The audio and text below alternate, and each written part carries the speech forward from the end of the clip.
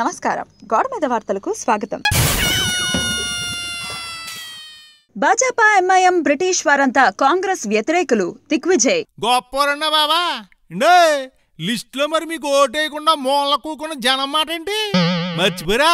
కేటీఆర్ కి ఐటీ శాఖలతో పాటు మున్సిపల్ శాఖని కూడా అదనంగా ఇచ్చిన కేసీఆర్ అల్లుడికి వీలైతే కూతురికి ఇలాగే 2-3 శాఖలు ఇచ్చారనుకోండి, మిగిలిన ఎమ్మెల్యేలు మీ ఫామ్ హౌస్ లో ఆల్రెడీ పాతిన మొక్కలకి నీళ్లు వస్తా, కొత్త మొక్కల కోసం గోతులు తవ్వుతా, కాలక్షేపం చేసేస్తారు. నేషనల్ హెరాల్డ్ పత్రికని పునః ప్రారంభించే ఆలోచనలో కాంగ్రెస్.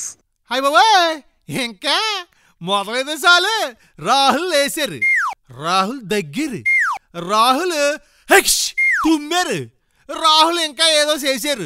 ఇలాంటి వార్తలకి ఇంకా లోటు ఉండదండి, పులోమని వచ్చేస్తుంటాయి. 26/11 ముంబై దాడుల్లో పాక్ ప్రమేయం ఉందని వాంగ్మూలం ఇచ్చిన హెడ్లీ.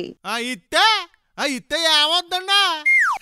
ఈ దేశంలో అసహనవాదులు ఉన్నంతకాలం ఇలాంటి మరో 100 జరిగినా పాక్ ని ఏం పీకలేరు. కాపులని బీసీలోకి చేరిస్తే ఉన్న బీసీలకి ఎలా అన్యాయం జరగదో చెప్పాలి, లేదంటే హింసకు కూడా వెనకాడం బీసీ నేతలు. వేటగాడు ఎర్రోడైతే జంకేదో చేసి చూపెట్టిందని సామెత. బెంగళూరు జనావాసాల మధ్యనున్న స్కూల్లోకి చొరబడిన చిరుత. అడవుల్ని కబ్జా చేసుకుని దొబ్బి మనం వాటిలోకి సొరబడితే అవి ఊరుకుంటాయండి. ఇలాగే మన పిల్లలు చదువుకునే స్కూల్లోకి మన ఉండే కొంపల్లోకి దొరతాయి. మిగతా పార్టీలతో పోలిస్తే మనమే నయం, కనీసం 2వ స్థానంలోనైనా ఉన్నాం. లోకేష్ కింద పడ్డ నాదే పైసే అంటావేంటే బాబా? ఈవీఎంల టాంపరింగ్ అంతా అర్థం లేని మాటలు.